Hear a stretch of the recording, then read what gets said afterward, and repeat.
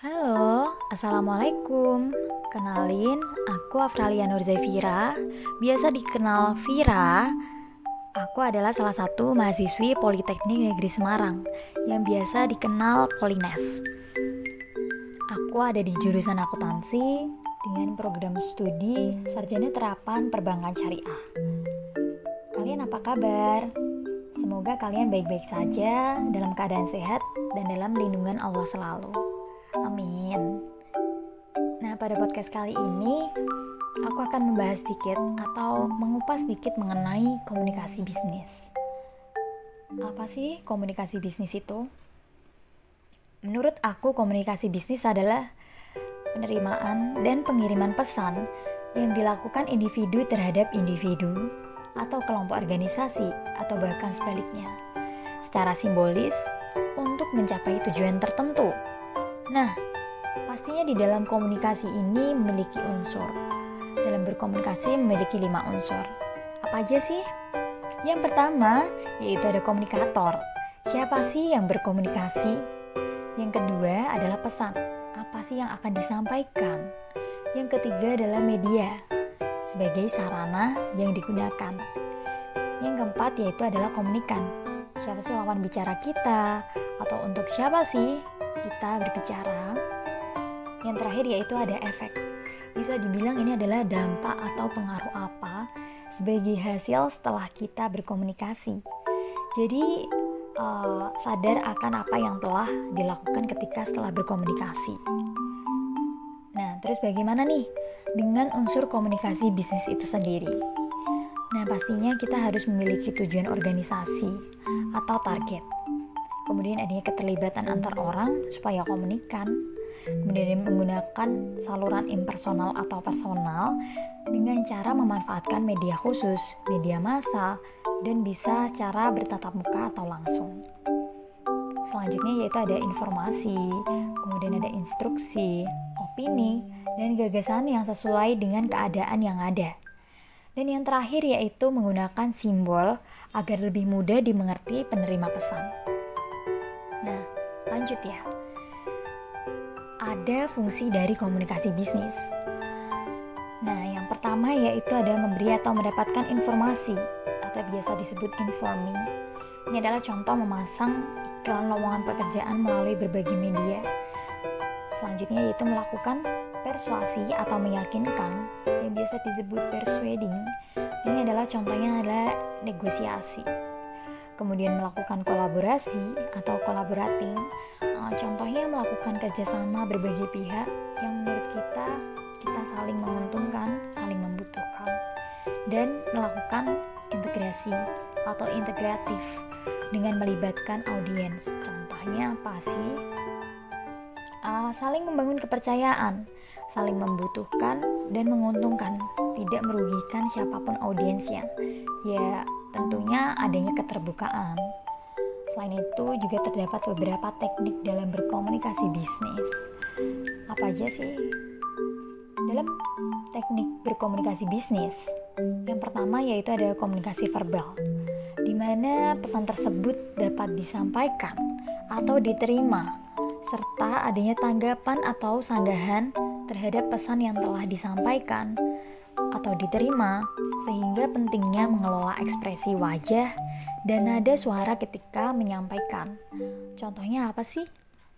Dalam kegiatan meeting proyek, kemudian ada rapat, telepon resmi, wawancara, serta presentasi. Kemudian, yang kedua yaitu ada teknik nonverbal, yaitu menggunakan bahasa tubuh, seperti gerakan, postur, dan gestur tubuh, serta kontak mata yang kita tuju pada komunikan. Selain itu, terdapat komunikan secara tertulis, melalui surat elektronik, salah satunya. Dalam komunikasi ini harus mempertimbangkan jenis gaya menulis, seperti singkat, padat, dan jelas.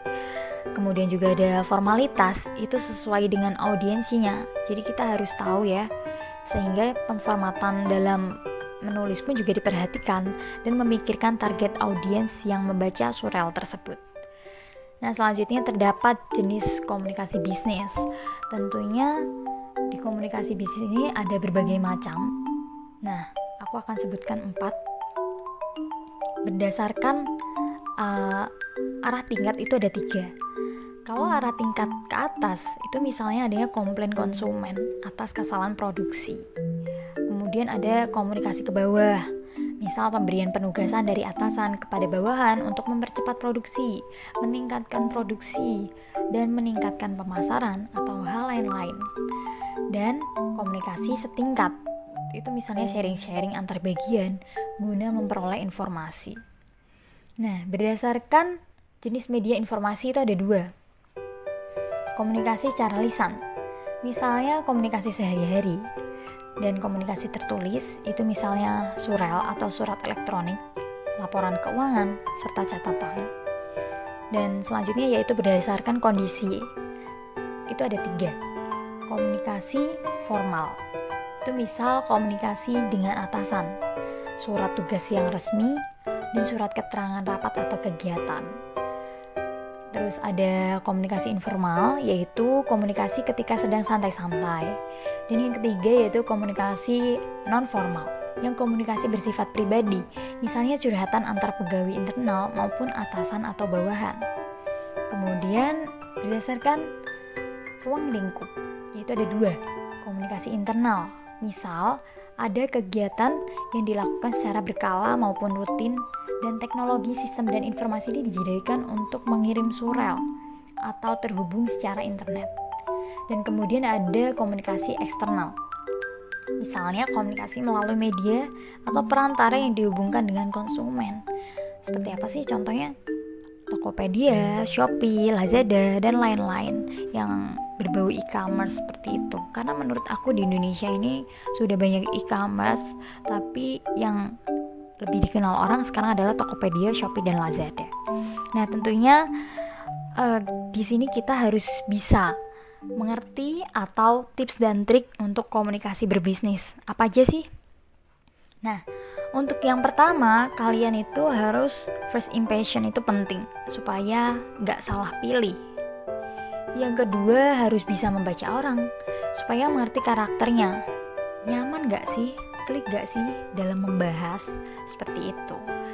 Dan yang ketiga yaitu bahasa yang mudah, sehingga mudah dimengerti sikapnya. Kemudian kita harus menggunakan bahasa yang setara atau yang menyamainya agar lebih nyambung seperti itu kalau kita berkomunikasi. Jadi menurut aku kalau tips untuk berkomunikasi secara berbisnis itu dari 3 itu memang harus bisa kita tanamkan. Selain di dalam berbisnis pun kita harus bisa berkomunikasi terlebih dahulu tentunya. Sehingga kunci utama untuk membangun relasi adalah berkomunikasi. Nah, setelah kita bisa berkomunikasi dengan keahlian-keahlian atau keadaan yang bisa yang kita dapatkan, itu tentunya akan berjalan sesuai dengan kemampuan kita secara lebih nyambung atau lebih klik ketika kita membahas dengan rekan kerja kita, sehingga apa yang kita peroleh pun juga jauh lebih mudah gitu kan.